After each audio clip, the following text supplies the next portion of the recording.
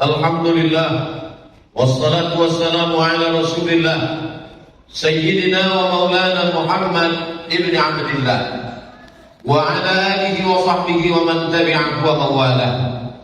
Ashhadu an la ilaha illallah wahdahu la syarika lah wa ashhadu anna sayyidana Muhammadan abduhu wa rasuluh la nabiyya ba'dah.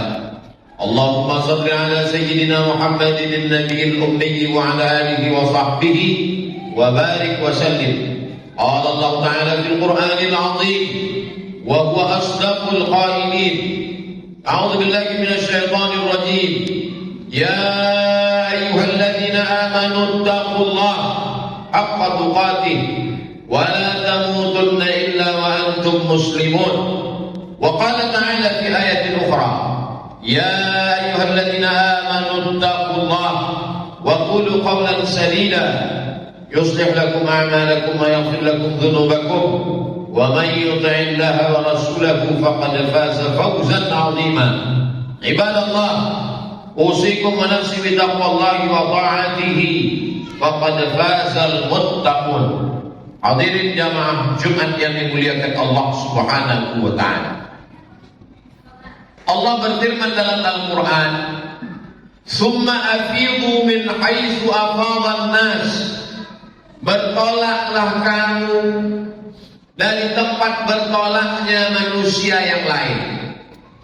Ayat ini kritik kepada orang-orang Quraisy. Mereka tidak mau bertolak dari padang Arafah. Manusia yang lain yang datang dari kota Al-Madinah Al-Munawwarah, orang Arab yang tidak Quraisy, mereka bertolak dari padang Arafah menuju Musdalifah yang selanjutnya akan mabit di Mina. Tapi ada sekelompok manusia tidak mau dia bertolak dari padang Arafah. Mereka menganggap mereka kasta lebih tinggi, mereka berdarah biru, mereka orang mulia. Dibantah Allah Subhanahu wa taala. Summa afidu min haitsu afadhan nas. Bertolaklah kamu sebagaimana manusia yang hadir di padang Arafah bertolak. Wastaghfirullah, minta ampunlah kepada Allah karena status kalian sama, karena kalian juga orang-orang yang berdosa. Maka kedatangan Islam untuk menempatkan manusia di tempat yang sama. Itulah salah satu ajaran Nabi Muhammad SAW.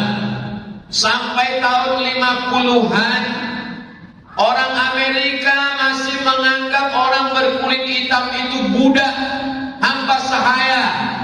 Orang berkulit hitam dimasukkan ke dalam kerangkeng besi di dalam kebun binatang.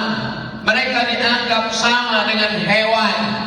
Orang berkulit hitam dibawa naik kapal dari Afrika ke Amerika, dijadikan sebagai hamba sahaya. Orang berkulit hitam tidak layak bersekolah. Di saat orang kulit hitam bersekolah, maka semua berkulit putih mengejek mereka, mengolok-olok tidak layak untuk duduk di bangku universitas. Baru sekitar 70 tahun yang lalu, begitu perlakuan masyarakat yang katanya berperadaban. Bagaimana Islam memandang persamaan manusia? Nabi memanggil orang yang berkulit hitam. Bilal, sami'tu dafan ahlaika baina yadayya fil jannah. Wahai Bilal, aku dengar suara sendalmu dalam surga. Kita semua tahu Bilal itu berasal dari Nubia. Nubia adalah Afrika Utara. Kulitnya hitam, rambutnya keriting. Bilal dipanggil oleh Nabi sallallahu alaihi wasallam. Sami'tu dafan ahlaika baina yadayya fil jannah. Aku dengar suara sendalmu dalam surga, wahai Bilal. Seandainya Nabi memanggil Umar bin Khattab, orang akan berkata, Umar Quraisy dan dia anak muda yang gagah perkasa. Seandainya yang dikatakan Nabi demikian adalah Sayyidina Ali, orang berkata, Sayyidina Ali Quraisy dan dia adalah saudara Nabi sallallahu alaihi wasallam. Ali bin Abi Thalib bin Abdul Muttalib, Muhammad sama-sama cucu Abdul Muttalib bin Hashim bin Abi Manaf bin Qusay. Tapi yang dipanggil adalah Bilal bin Rabah, seorang yang miskin, susah, hamba sahaya, berkulit hitam.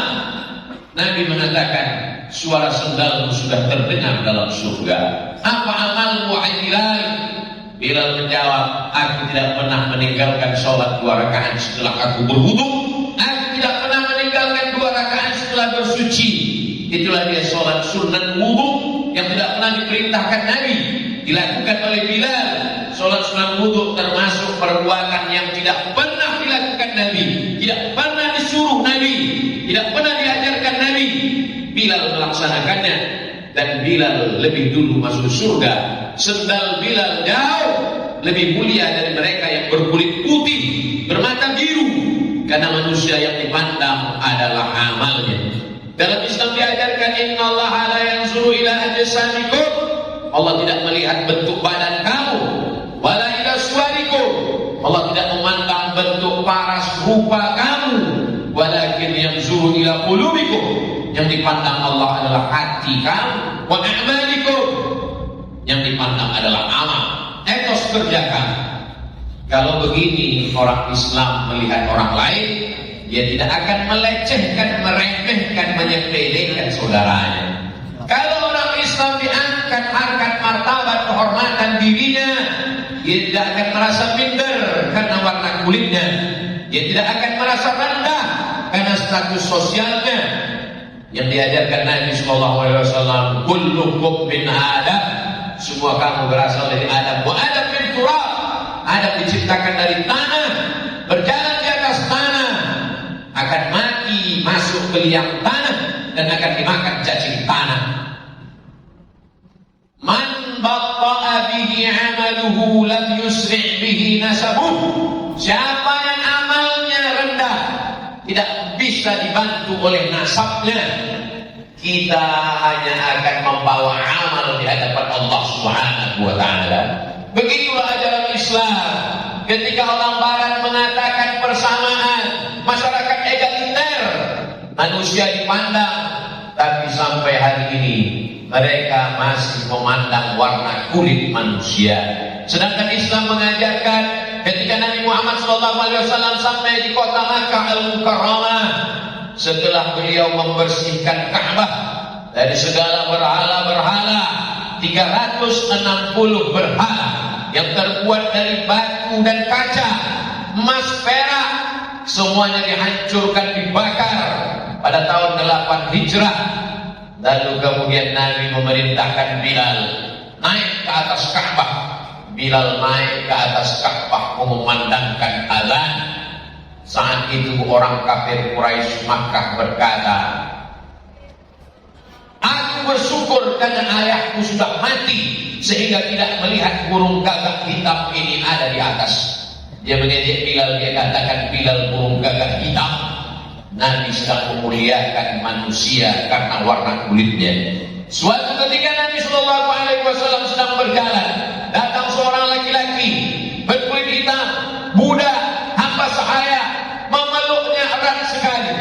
Nabi bertanya, kenapa engkau memeluk aku? Laki-laki itu menjawab, aku miskin, aku susah, aku hamba sahaya, kulitku hitam, aku bukan orang Quraisy, aku memelukmu di dunia karena aku tidak tahu bagaimana nanti di akhirat.